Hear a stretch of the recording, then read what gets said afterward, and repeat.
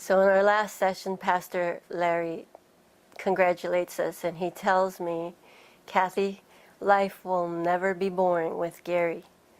And I didn't know what he meant by that, except I said, okay, thank you. So, so Gary and I did this thing. AA recommends that we don't make any major changes in the first year. And so that's why we met on July 6, 1996.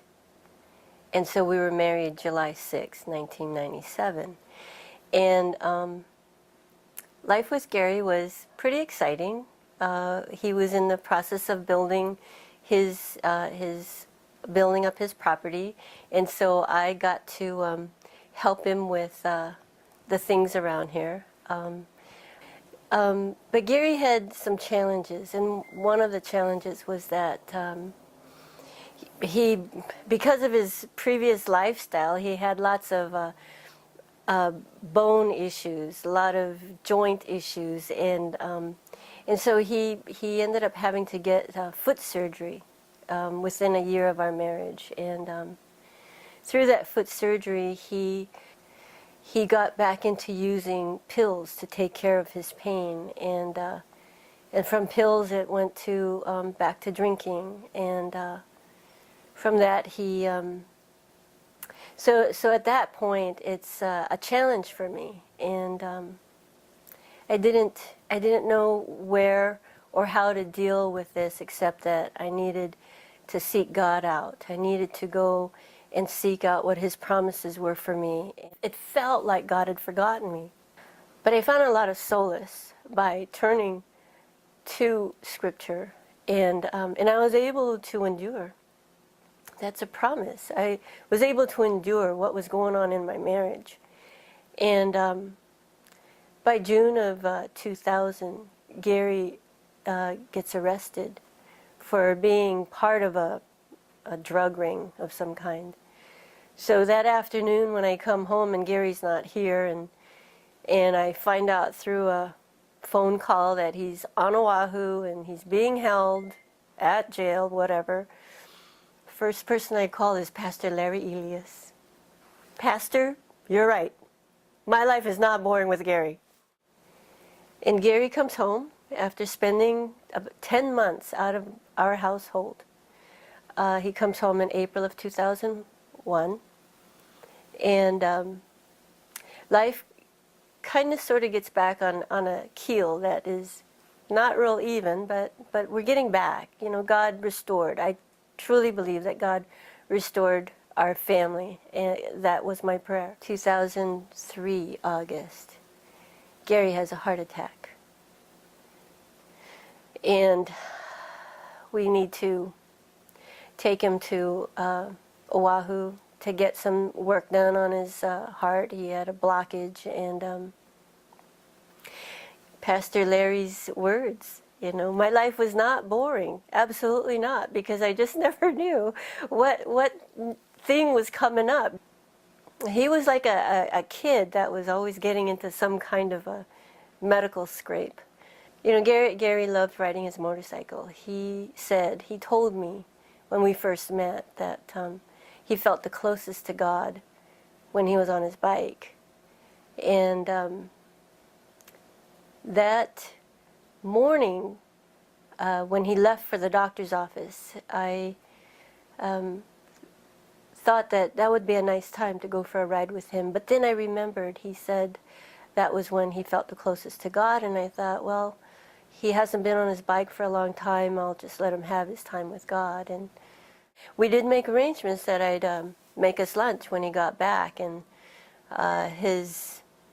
we expected that his appointment would be over by 10:30 or so. And so when it got to be about 12:15, I'm starting to get a little antsy and wondering where the heck he is, and figuring to myself, well, since by the time he comes home it's going to be dinner time anyway, I'll just get into town and do what I needed to do. And so I'm going into town, and I get down to the intersection of Haleakala Highway and Hana Highway, and there's like no cars coming out of Kahului.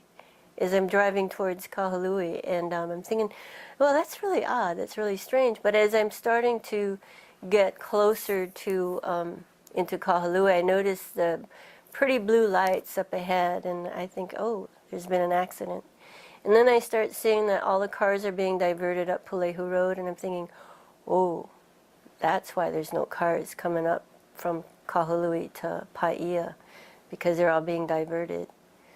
So I'm getting closer to the intersection of Pulehu Road and Hana Highway, and I notice that there's a motorcycle down. And I think, oh my God, please let it not be somebody that I know. So, but I slow down, and as I slow down, I tell myself there's something familiar about that bike. And at the time where I'm directly parallel to the bike, I reach for my phone, which has been on the dashboard, and I open it up so that I can make my phone call, and I notice that there's a voicemail. So I listen to the voicemail, and it's the police department, and they want me to call a number. But rather than call that number, I call the hospital. And I don't know where I got that hospital number from. I don't know how it is that I got the hospital. But I asked them, I told them who I was, and I'm looking for my husband. I believe he may have been in an accident. And the first thing she tells me is, you need to call the police department. And before I had even was done with that phone call, I was already driving to the hospital.